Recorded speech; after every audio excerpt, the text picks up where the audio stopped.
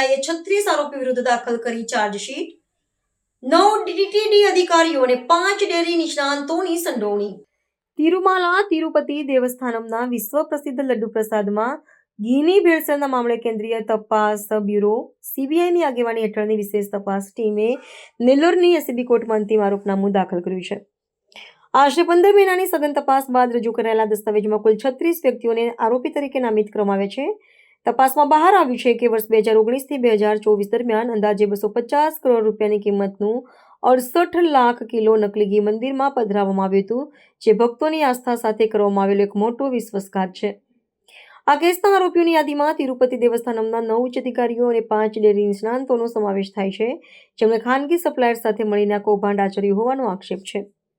મુખ્ય સૂત્રધાર તરીકે ઉત્તરાખંડ સ્થિત ભોલે બાબા ઓર્ગેનિક ડેરીના સંચાલકો પોમિલ જૈન અને વિપિન જૈનની ઓળખ કરવામાં આવી છે. તપાસ રિપોર્ટ મુજબ શુદ્ધ ગાયના ઘીના નામે palm oil, palm kernel oil અને પામોલિન જેવા સસ્તા તેલોનું મિશ્રણ વાપરવામાં આવતું હતું.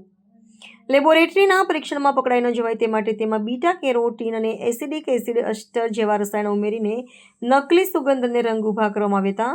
આ ચાર્જશીટમાં નિવૃત્ત જનરલ મેનેજર પ્રલય કાવેરી મુરલીકૃષ્ણનું નામ પણ સામેલ છે, જેઓ મૂળ રૂપે આ કેસમાં ફરિયાદી હતા, પરંતુ તપાસમાં તેમની પણ સંડોવણી હોવાનું ખુલ્યું છે.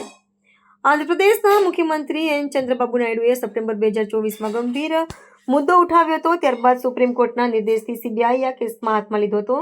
હાલમાં આ કેસમાં 3 મુખ્ય આરોપીઓ જેલના સળિયા પાછળ છે, જ્યારે અન્ય લોકો વિરુદ્ધ કાયદેસરની કાર્યવાહી તેજ કરવામાં આવી છે. આ તપાસ 12 રાજ્યોમાં ફેલાયેલી હતી, જેણે મંદિરના વહીવટીતંત્ર અને ખાનગી ડેરીઓના મેળાપીપળાને ખુલ્લું પાડ્યું છે.